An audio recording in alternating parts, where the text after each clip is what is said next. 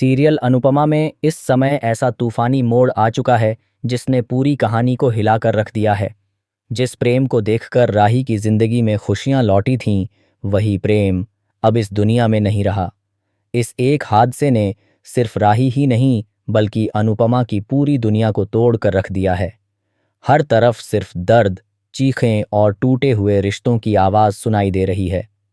किसी ने भी कभी नहीं सोचा था कि प्रेम की जिंदगी इतनी दर्दनाक तरीके से खत्म हो जाएगी, लेकिन किस्मत ने ऐसा खेल खेला कि एक पल में सब कुछ बदल गया।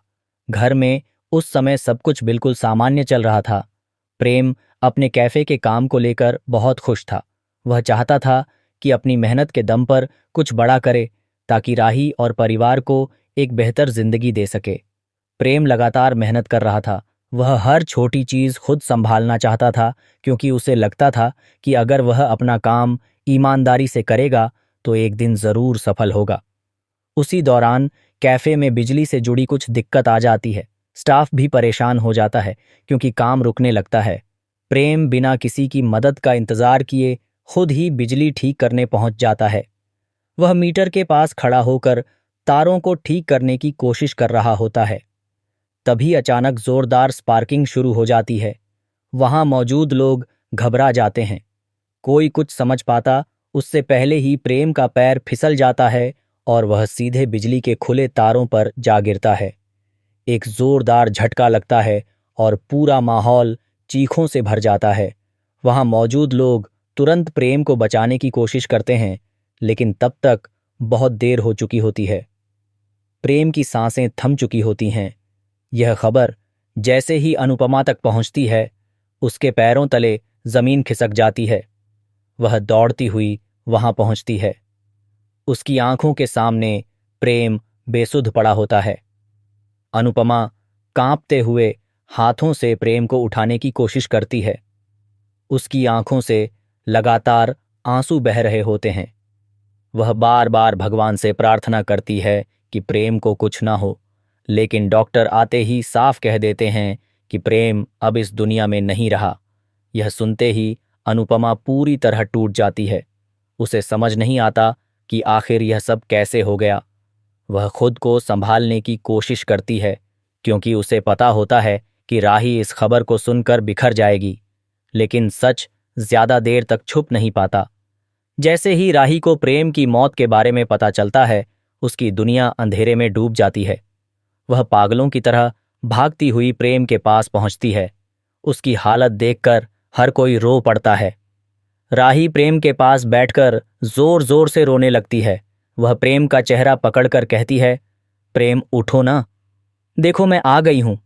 तुम ऐसे मुझे छोड़कर नहीं जा सकते।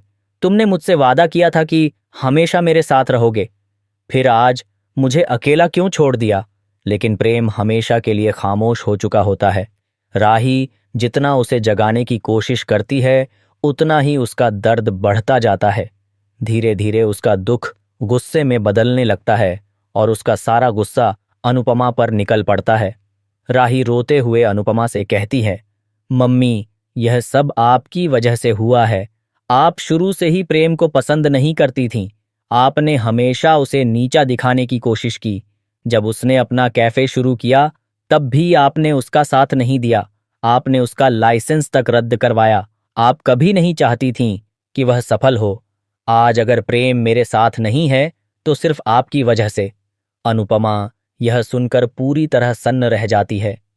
उसे उम्मीद नहीं थी कि उसकी अपनी बेटी उस पर इतना बड़ा इल्जाम लगाएगी। वह कांपती आवाज में कहती है, राही, तू होश में तो है?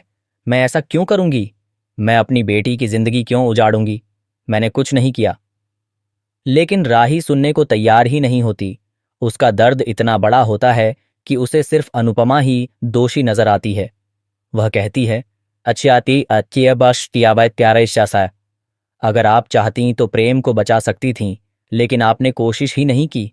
आप सिर्फ दुनिया के सामने अच्छी बनने का नाटक करती हैं।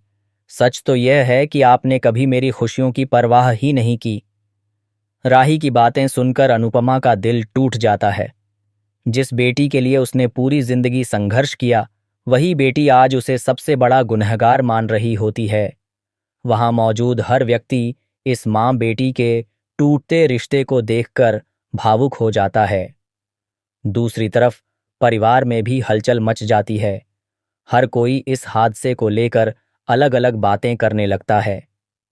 कुछ लोग इसे सिर्फ एक दुर्घटना मानते हैं, तो कुछ को लगता है कि इसके पीछे कोई बड़ी साजिश है, क्योंकि जिस तरह से अचानक स्पार्किंग हुई और प्रेम की मौत हुई, उससे कई सवाल खड़े हो रहे होते हैं।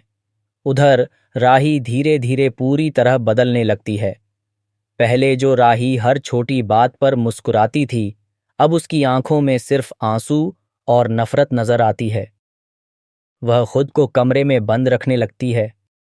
उसे हर जगह सिर्फ प्रेम की यादें दिखाई देती हैं। प्रेम की तस्वीर देखकर वह फूट फूट कर रो पड़ती है।